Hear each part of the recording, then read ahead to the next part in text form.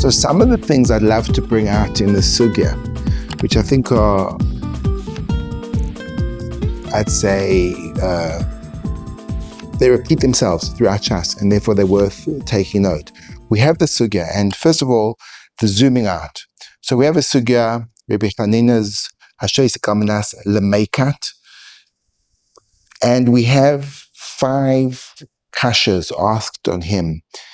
Those kashas, 2 are refuted, 2 are the 2 are replied to, whereas the last 3 are completely kind of flaw, as it were. Rabbi Hanina, he can't respond to them, and there's a tiyufta to them. There's a total refutation.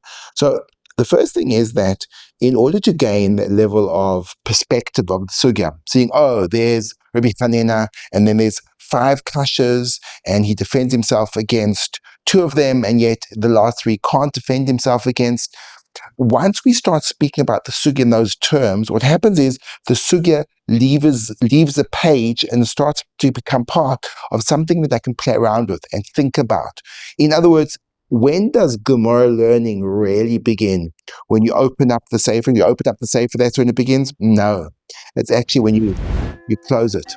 And now you can start to think about it and think about, so why were those first 2 kashas, those that kind of Rabbi Hanina could get out of them, and the last 3 couldn't? Even though we're tempted in the third one, we also gave it a bash to get out of.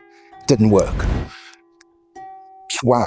And then I started to think about, so the first kasha came from Nedarim Marasa, the second kasha came from the Chumrah of Hekem B'Sefer, third kasha came from Yachiv Shachshla, the fourth kasha came from the Mishnah Bekin Ein Vav, and the fifth kasha came from the Baal who didn't know about the whole idea of Nedarim.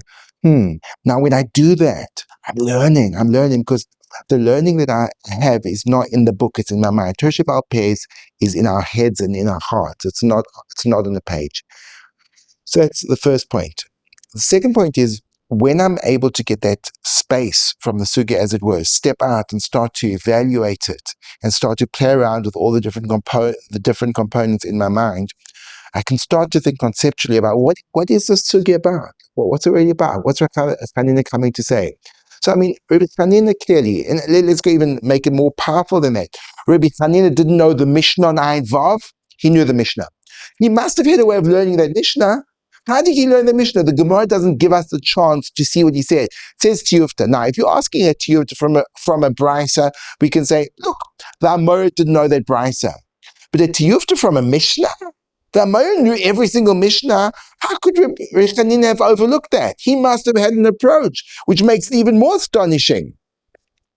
And then when I think to myself, what is Rabbi Hanina really saying? What about the Mishnah? The pasuk says, "B'yoyim shamoi." The pasuk says, on the day you heard it, there's no longer. There is a cutoff point. Comes along Rabbi Hanina and he says, the cutoff point that the Torah spoke about doesn't exist. What do you mean it doesn't exist? What do you mean that you can remain silent and then you've got another 10 days? And even, what's 10 days? What's this 10-day period? Is it a general? It sounds, mikan vadasora yomim sounds to be saying you've got 10 days. So this kind of, unless you say, no, it's just a kind of a random amount of time, it doesn't sound like that. So we have to go like, okay, what is Rabbi Hanina saying? He for sure agrees to the notion that Shtika says it.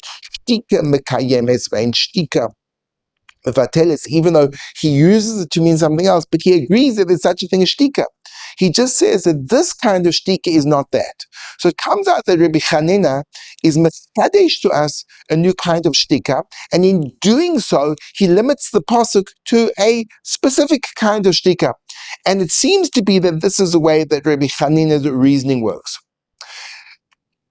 When you have an extended period of time to do something, for example, Yom Shammai, and you've heard about it, you hear it, you're aware of it, and you decide to be passive. Silence is consent. Your passivity is a demonstration that you want the oath to be alive and well. And that's actually what the Ran says at the top of Ein Tes, Amud Aleph. The Ran explains what is the whole nature of Yoim Shmiya. How does that work? And the Ran says that the reason why we know Hafer beliboy eino mufar, how can we figure out the on Ein Testament Aleph in the second kasha that's asked on Rabbi Hanina from the Chumrah of Hakama over Hafara and vice versa? It says in the Gemara, Hafer beliboy eino mufar. If you do Hafara in your heart, it's not considered an Hafara. Where'd you get that from? So the Ran ingeniously discovers that the halacha of Hafer beliba einu mufar is actually derived from Yom Shammai, from Shtika. And this is what he says. He says that V'nir ba'enai, the Yalfinan la mishtika de Yom Shammai, she mekayemes. That you learn it out from the fact that the Shtika on Yom Shammai, which is a kiyum of the neder, and it works the following way. The time of mine, from the fact that the entire day elapsed and he didn't have the opportunity, or he didn't take advantage, I beg your pardon, to be mefer. He's revealed his intention that he wants the neder to be tal. Alma, from that we see that provided you have in your heart to maintain the neder, that's sufficient. Ela the Yoiv le'Rachmana, yet the Torah provided an opportunity to annul it the entirety of the day. Because until sunset, it's not really proving anything that you have that that you want it to be. Because maybe afterwards you'll annul it. Given the basa daite beluchudas linan, since we go after his intention alone. Umina, the kol shekim beliboy kaim la'alta. And by the way, that means that the minute you want it to be standing, maintaining, you want the oath to live, ki'ilu ava yom shmila, so then the actual yom of the shmila doesn't really make a difference. In other words, basically the way the Ran is learned that yom shmila is the amount of time allotted to you that we can safely assume that were you to have wanted to annul the vow, you would have done something. And that's why you can derive Hafer beliba eino mufar, because since the whole construct of Yom Shmiyah is based on the fact that, and if you wanted to make it, you would have said something. And how do I know that? Because the assumption is that if you didn't say something, it's because you wanted to be.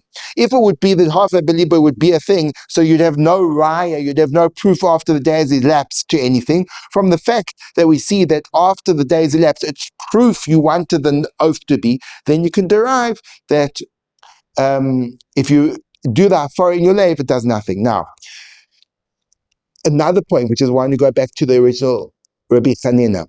That means that the silence is because there's an assumption that we give the person who's remained silent. And the assumption is, if he wanted to be mefer, he would have done something. Rabbi Hanina says, I agree with you 100%. But what happens if there's an extenuating circumstance that tells me that even though he was silent, it has no indication to his desire to be mefer. His silence is not telling in any way. In that scenario, Rabbi Hanina says the entire halakas of Yom Shmiyah do not apply. And therefore it's a very sound svara. The question is, how does he respond to those multiple refutations?